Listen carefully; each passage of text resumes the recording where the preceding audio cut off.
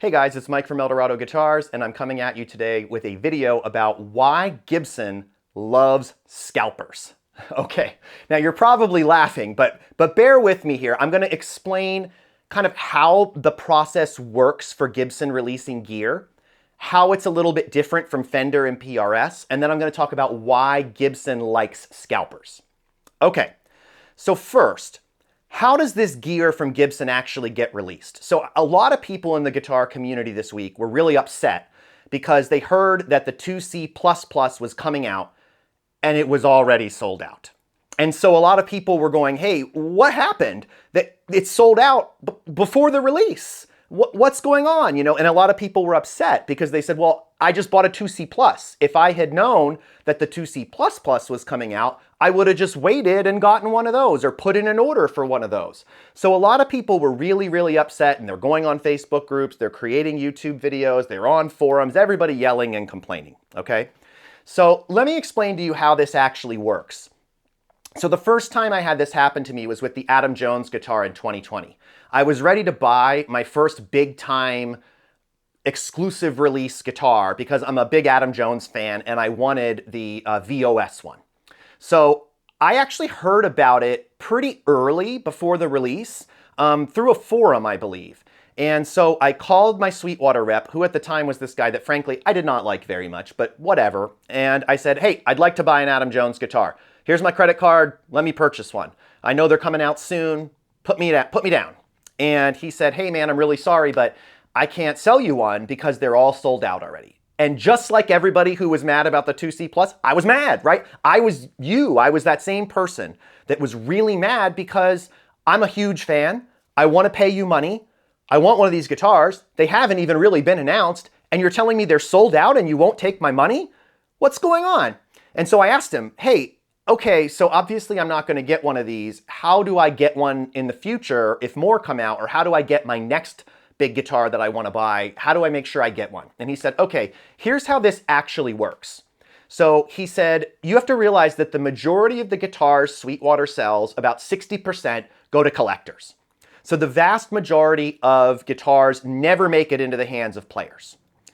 And that's probably shocking to a lot of you, but that's true. And several people have told me that.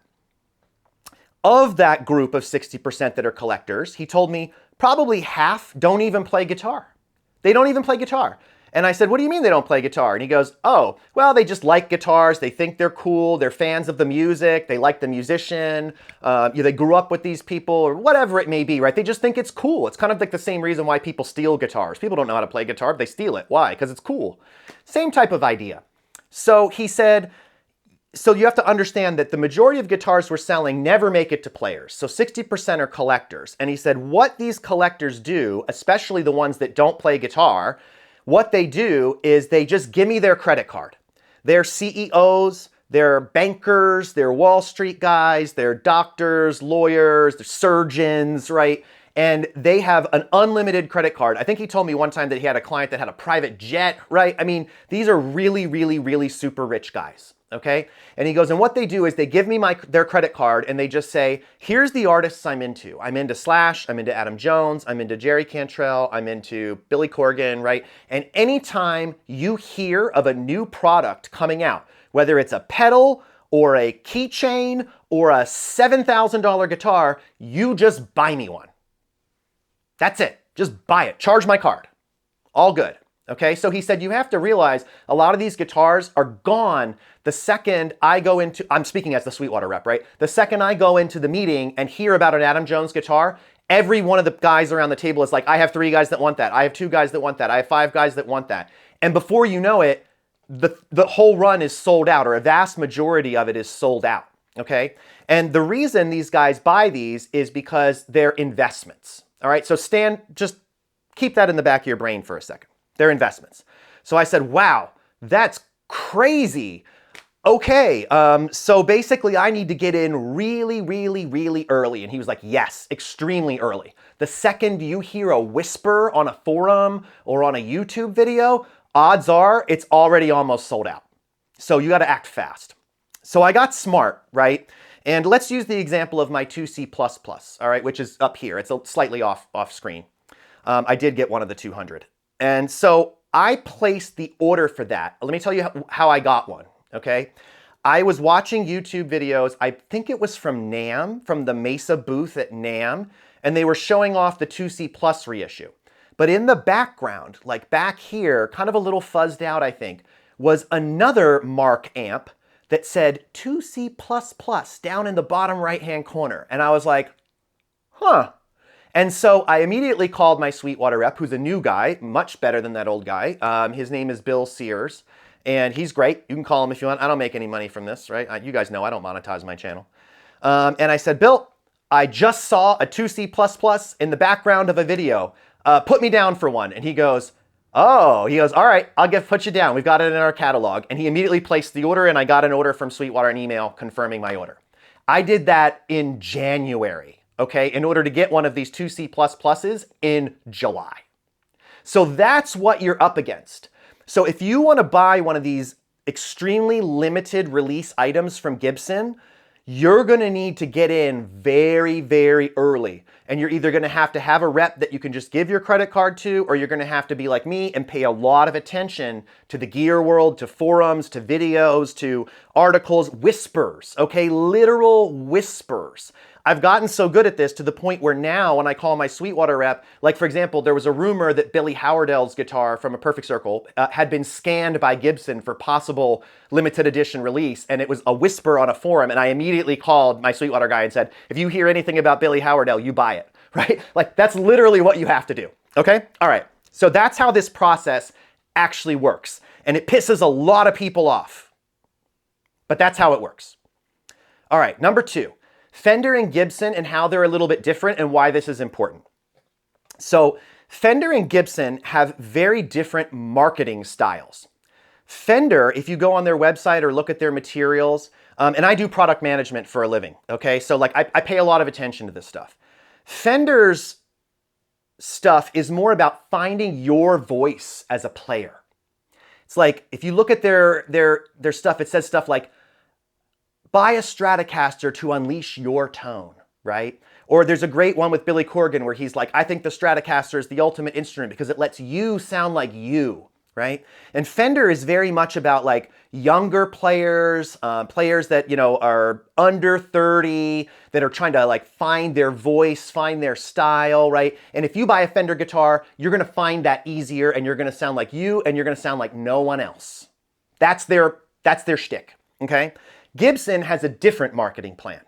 Gibson's is, we want you to sound like your heroes. We've got Slash, we've got Jerry Cantrell, we've got Marcus King, we've got Adam Jones. And if you want to sound like those guys, you buy a Gibson, right? A totally different marketing tactic from Fender, right? Fender is more like find your own voice. Gibson is like find the voice of your idol.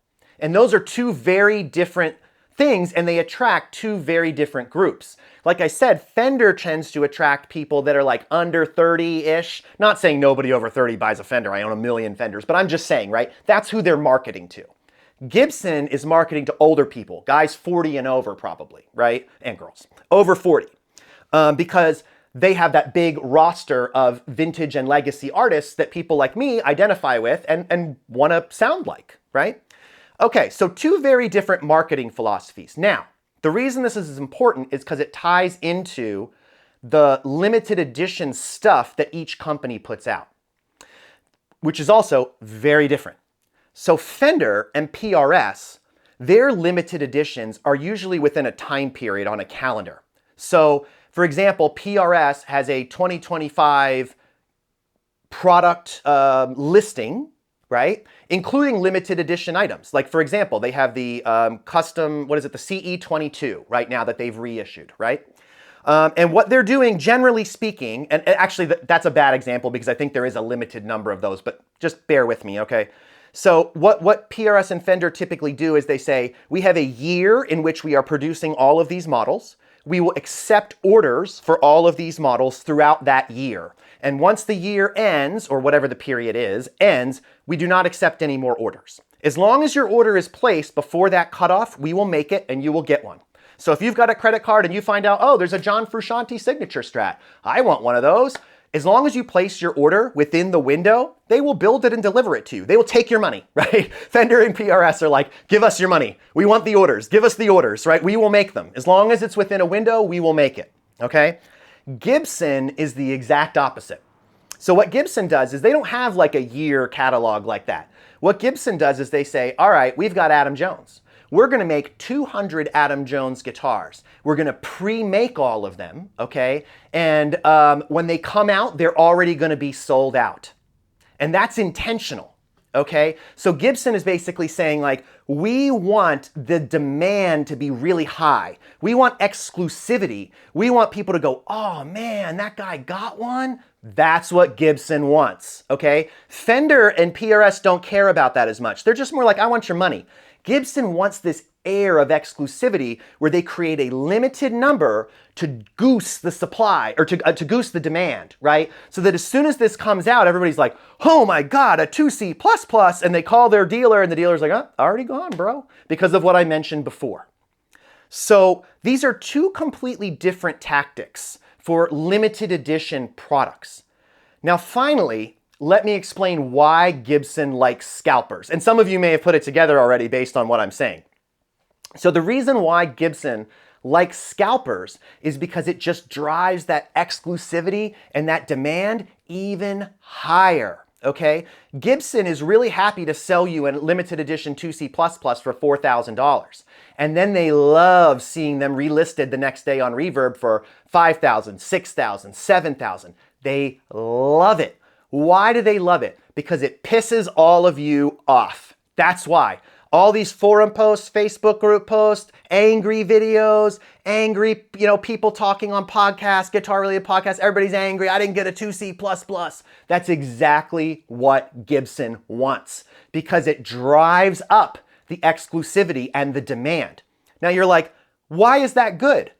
It's good for Gibson because it increases their brand presence, it increases their value, it makes it sound like their expensive guitars are worth it, right? And it's good for their buyers. So all those surgeons and CEOs and, bankers that bought those guitars in the first place with their credit card to Sweetwater, just buy whatever, they love this model because it makes money for them. Okay, so what happens is Gibson will sell those guys this limited edition stuff all day long because those guys are absolutely going to buy it. And then because it's exclusive and limited to a certain number, they're going to get a return on their investment. So I think one of the 2C++s just sold for $6,000. So somebody already made a cool 2K just by having the money to pay for this thing a year in advance, right?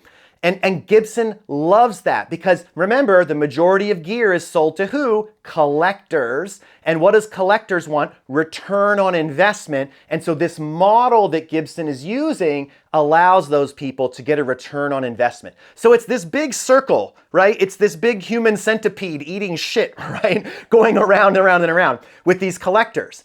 And players are left up here kind of going, what the hell is that? I'm a player, I'm a fan. I just want one. Why can't I just buy one?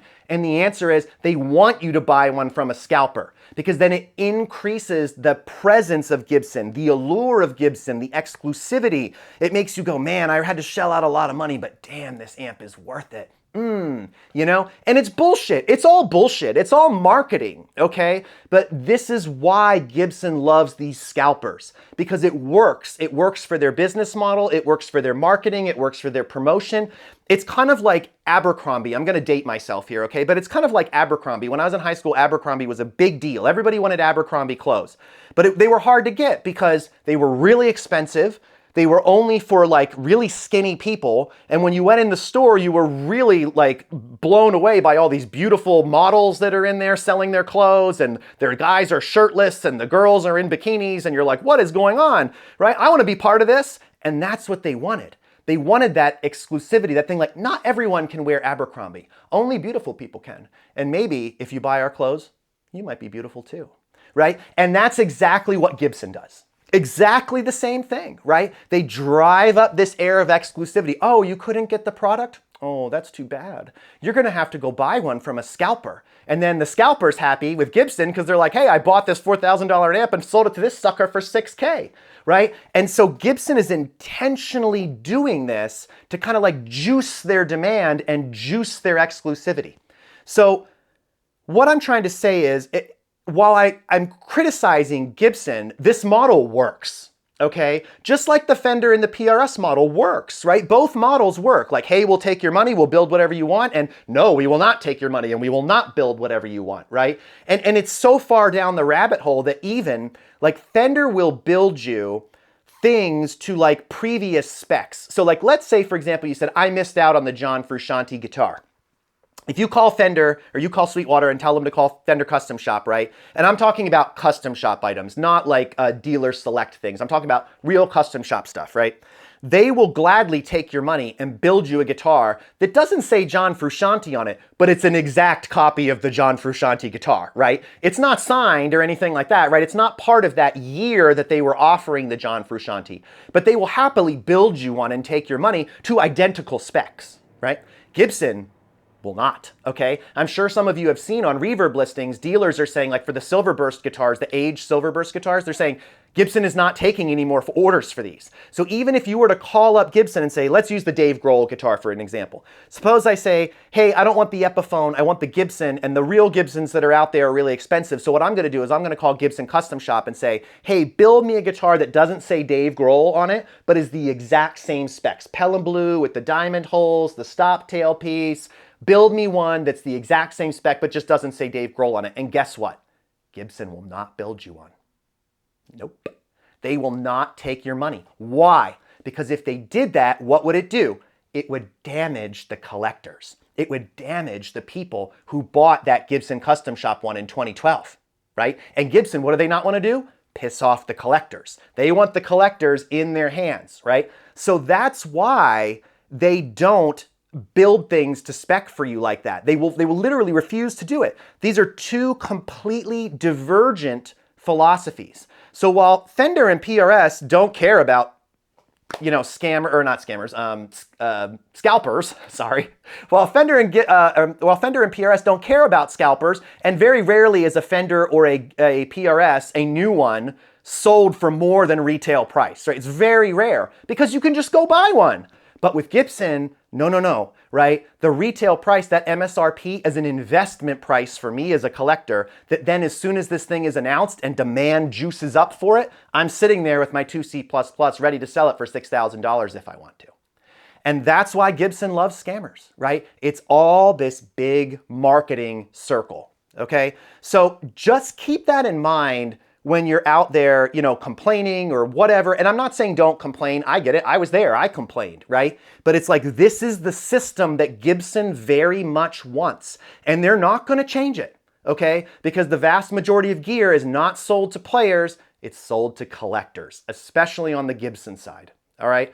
So I don't know what to tell you guys. This is just the way the world works, unfortunately. So, you know, the best thing you can do if you want that exclusive gear is to get in on it very, very, very early, right? You got to be like me. You got to be on forums, on Facebook, on looking at YouTube videos. I mean, you have to do a lot of research if you want to get in on that model, and you've got to be prepared to fight those collectors. All right? Okay, guys, I hope that leaves you with a lot of thoughts. I'd love to hear them in the comments below. Please like and subscribe. It really does help me out. I'm just getting back to making video content, and I really appreciate interacting with you all. I've missed it very much. So this is Mike from Eldorado Guitars. I hope you guys have a great weekend. Goodbye.